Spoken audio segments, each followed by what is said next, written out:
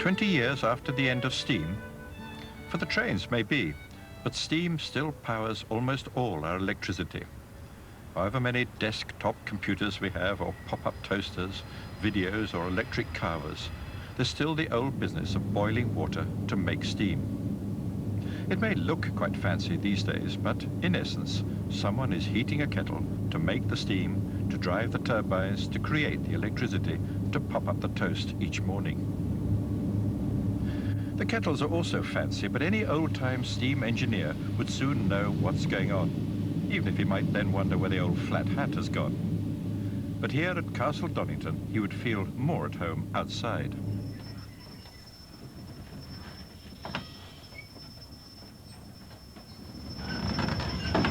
At this power station, they can still use steam, not just to generate electricity, but like they always did, to bring coal to the furnaces.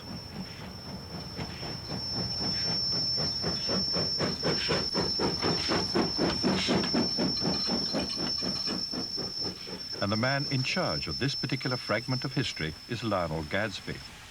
I think we are the last. I think that as regards to electricity, we are the last. The very last to use steam to bring the coal to make steam. The working conditions, actually, is up to the neck in filth. Coal dust, all elements, bad weather, draft, rain. Where in a diesel cab, it's like being in a car. But it's a living machine.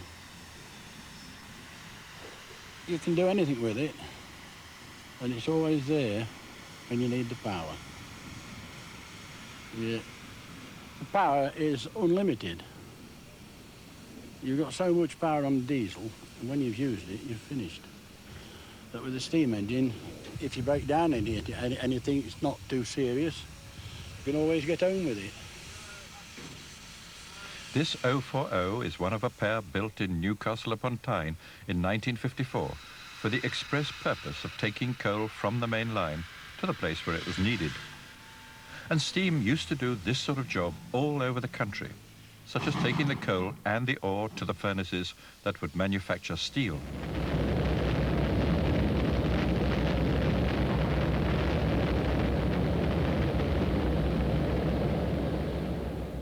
One way and another, heavy industry created heavy loads and the need to move considerable tonnages to everywhere that needed them.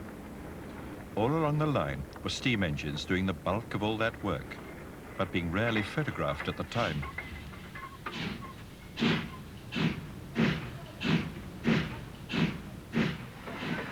It wasn't just pushing or pulling. Sometimes the locos had to lift and lower.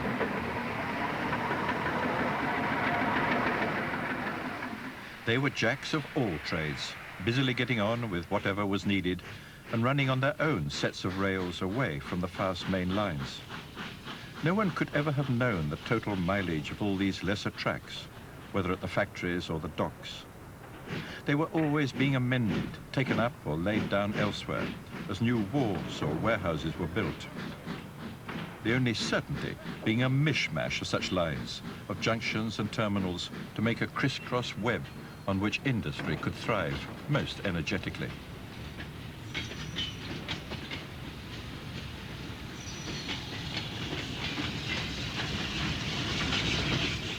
Industry is not only in the towns. In East Anglia, steam was used to take the sugar beet from field to factory, with special spark catchers on the funnels to lessen the chance of setting fire to neighbouring crops, hedges and the like, as the trains puffed through the English countryside.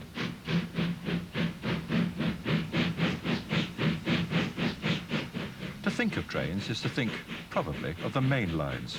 But there were these hundreds of lesser lines, privately owned, privately operated, and tucked away from general interest by, for example, the train enthusiasts who could scarcely see, let alone know about, these myriad bits and pieces of the railway age, no less important in their way than the major lines.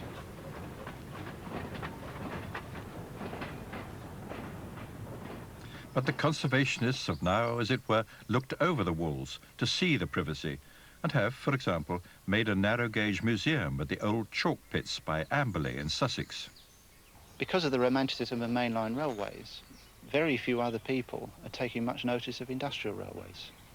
If they're preserving anything at all, it's using ex-industrial equipment just to carry passengers. At Chalk Pits here, we are preserving the whole concept of industrial railways. For those who think that railways began with Stephenson's rocket running from Stockton to Darlington, David Smith is happy to enlighten them.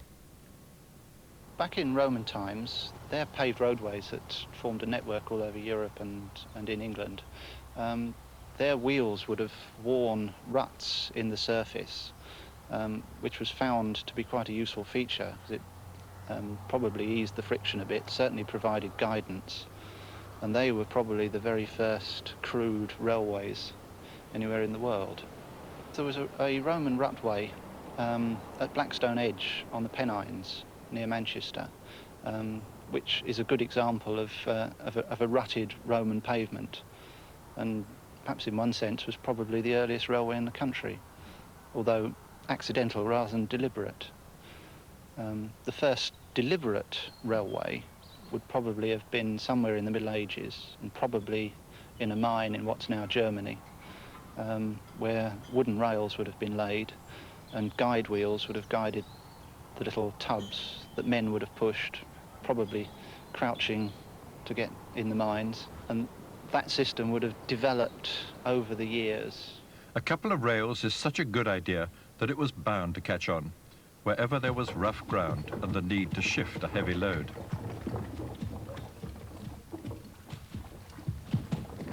But, of course, only above ground could steam come into its own as the universal workhorse of the Industrial Revolution. And once that horse had been tamed, there was little need to change its basic qualities. But World War I, 70 years ago, had different needs and hastened modern times, with David Smith equally intrigued by this further piece of history. Industrial railways were very much influenced by the First World War. The need to develop reliable petrol engines for lorries and transport in the First World War resulted in the railway systems. It was necessary to develop petrol engines, partly because of the danger of sparks from steam locos igniting ammunition, and partly because transport right up to the front was done at night, and sparks from steam engines would have been highly visible.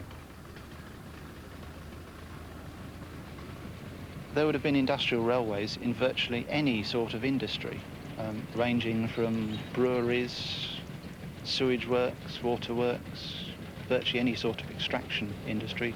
The coal mining industry was probably one of the biggest users in this country.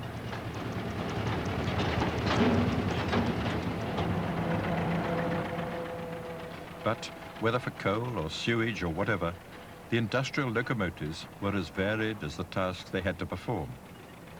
This Rapier 80 is a particularly treasured museum piece, as only a few were built, and it's still going strong.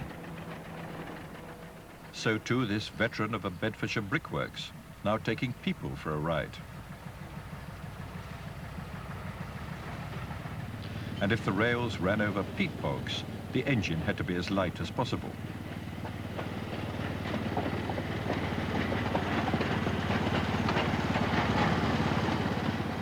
But there's no power quite like steam, as it oozes, splutters, smells, and generally draws the crowds.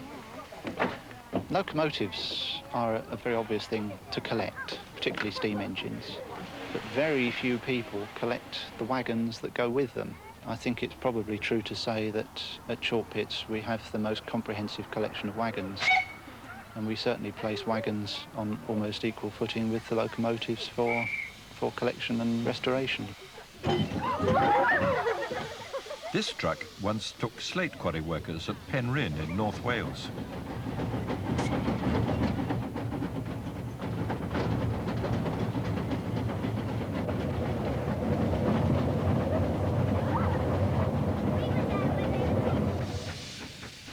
But nothing, absolutely nothing, is quite the same as steam.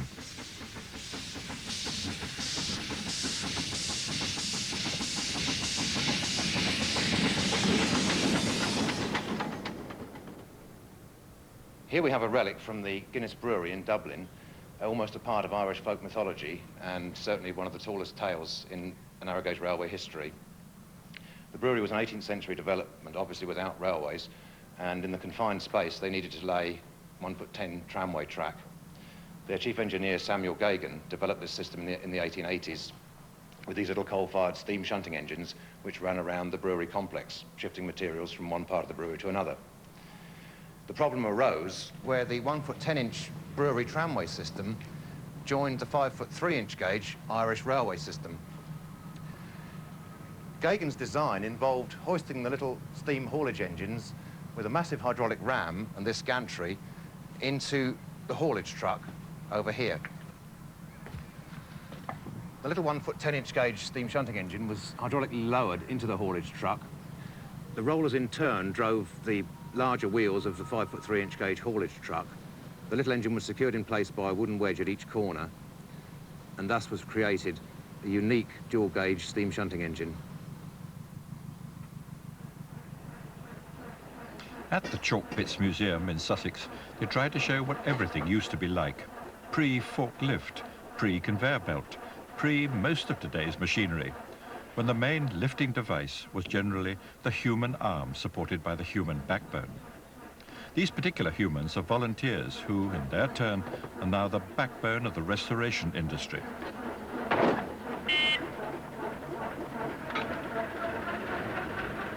Seeing it all working now as good as new can make one forget the awesome labour involved in such restoration.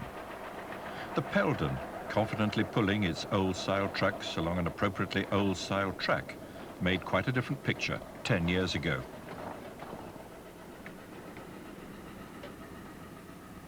And this was a French-built locomotive waiting for destruction after an accident before the restorers turned it into this locomotive, spick and span and a joy, both for the visitors to the museum and for all those who laboured so intently to turn scrap metal into the machine it used to be, a living machine again, breathing smoke from its fire and releasing steam so merrily.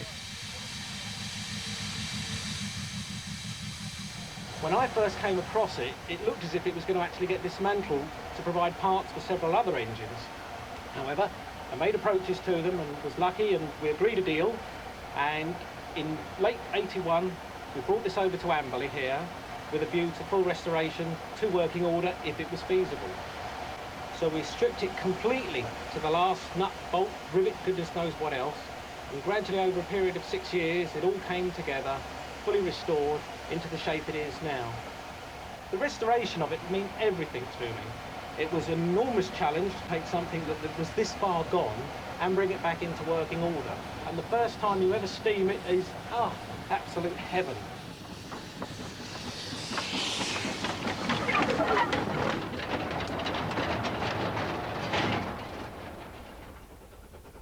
A definite heaven for one definite individual was in photographing the little railways when they were in business. Ivo Peters wished to record as much as possible while it was still possible. Ivo Peters was one of the few people who filmed extensively on industrial railways. One of the railways and locomotives that Ivo filmed was Scaldwell, and we now have the locomotive Scaldwell from that system here. It's an 060 saddle tank, which means it's got 6 driving wheels. The water is carried in a tank which forms a saddle that goes over the top of the boiler. It was built by Peckett and Company in Bristol, who were one of the major builders of industrial engines in this country. Ivo Peters certainly recorded many of the iron ore trains in the days when almost all our iron was extracted from our own land rather than imported. It was a colossal industry with thousands of miles of track and the subject of an early documentary. Beneath the surface of the English countryside, there are million tons of iron ore, yet few people know anything about it. The ironstone-bearing strata extends from the Tees to Weymouth, from the Cleveland area to Scunthorpe and Grantham, in the Corby area and in Oxfordshire.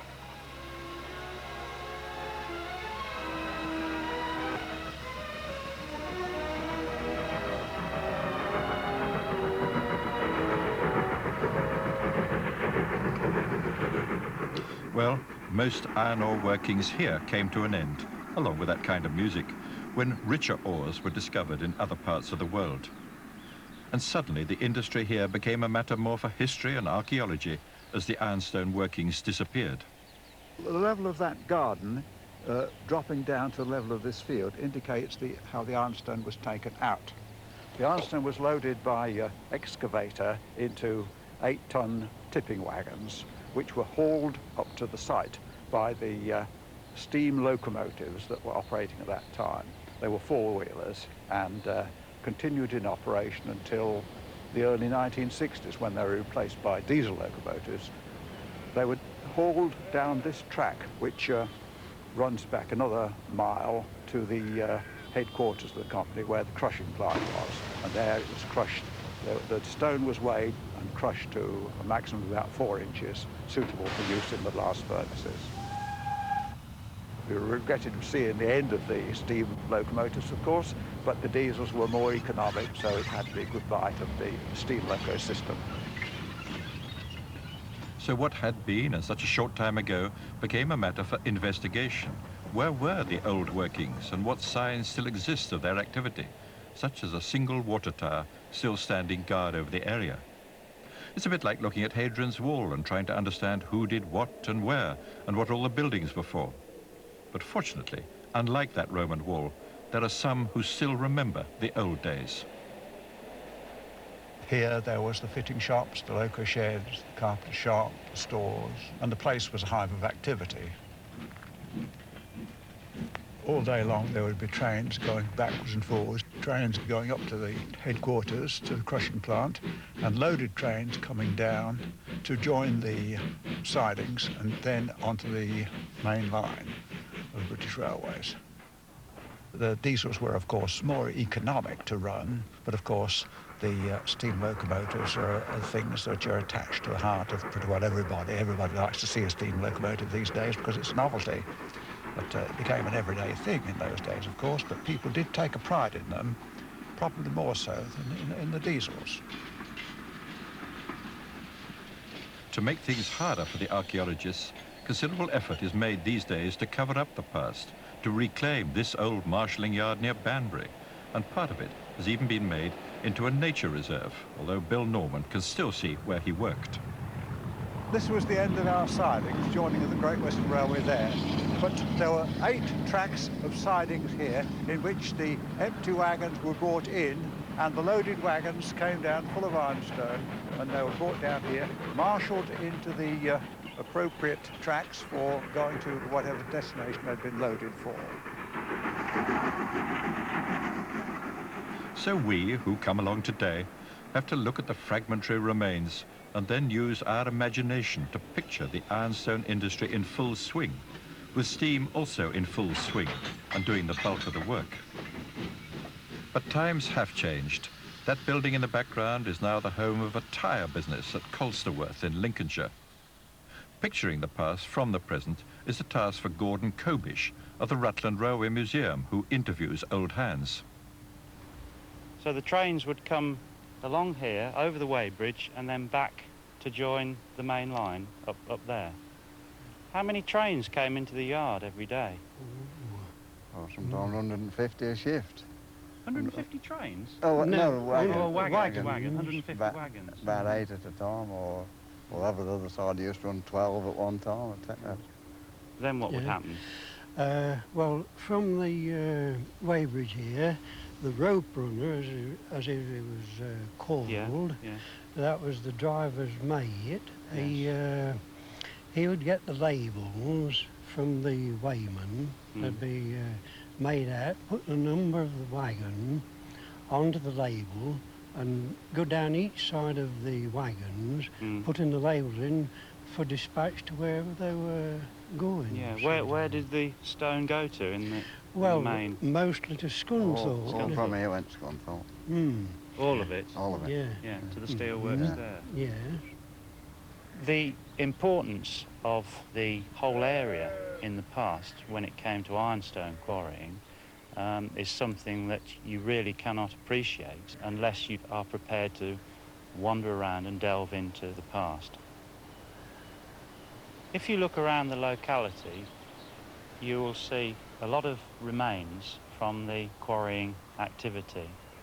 There isn't the industrial desolation such as one associates with coal mining, but nevertheless, the old railway track bed alongside a field, the bridge abutments, and the occasional deep hole, which is the remains of the quarry itself, are things that you can see very clearly.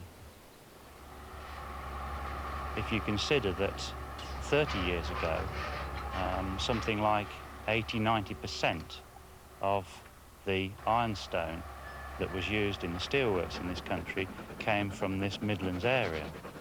And the little steam trains that used to chuff around the countryside, this is the aspect of railway preservation that we're trying to perpetuate.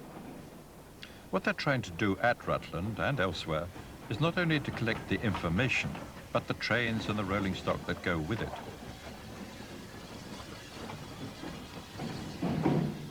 Such trains do look a bit strange and old-fashioned, and even a touch like toys. But in their day, like the horse and cart, they were the most efficient answer to the problem, to countless problems.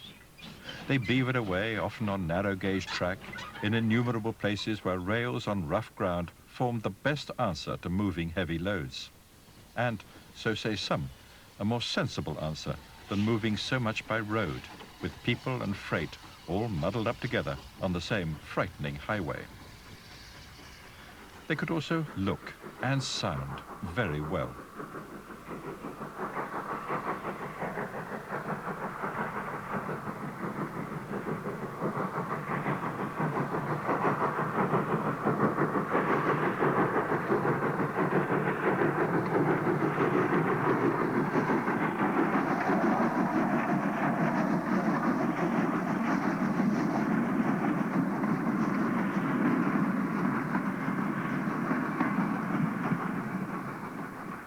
Whatever they were moving, and wherever, the old industrial trains had a style to them which the juggernaut in front of you on the roads just doesn't seem to possess. They kept out of harm's way, out of our way, and are now a piece of history worthy of our care. Many railway preservation societies strive to recreate the glamour of the crack express trains and the glorious days of the wayside station, but very few societies actually try to show the days when all freight was moved by rail. It's difficult to imagine today, in the era of mass road transport, just how much freight was actually moved by rail.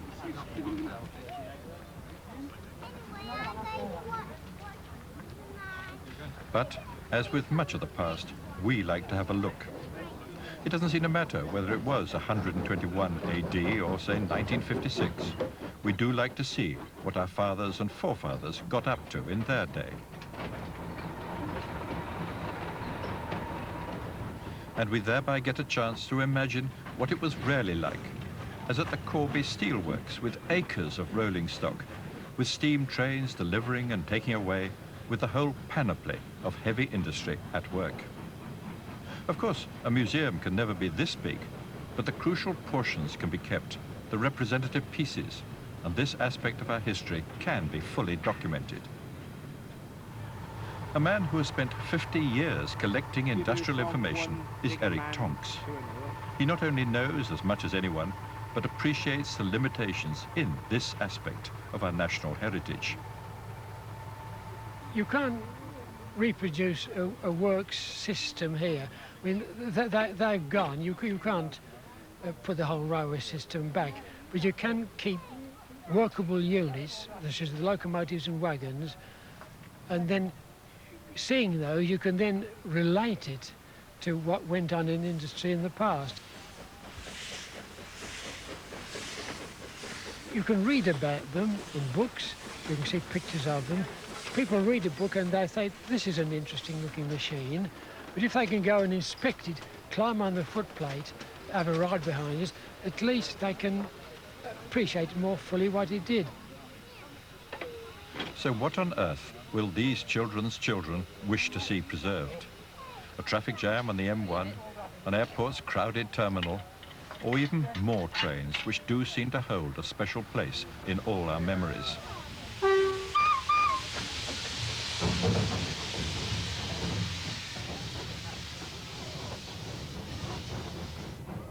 They're never going to be a commercial operation like some of the main preserved railways are, but they're doing a very important job and something which, say, is not being done elsewhere to any great extent. The industrial railways were a good idea, but were a bit inflexible. Like the poem about trams, they were creatures that moved in predestined grooves, and they have yielded all along the line to other forms of transport. But perhaps, what with the Channel Tunnel and with our road system becoming more clogged seemingly every day, they will make some kind of comeback. Not everything from the past was such a bad idea.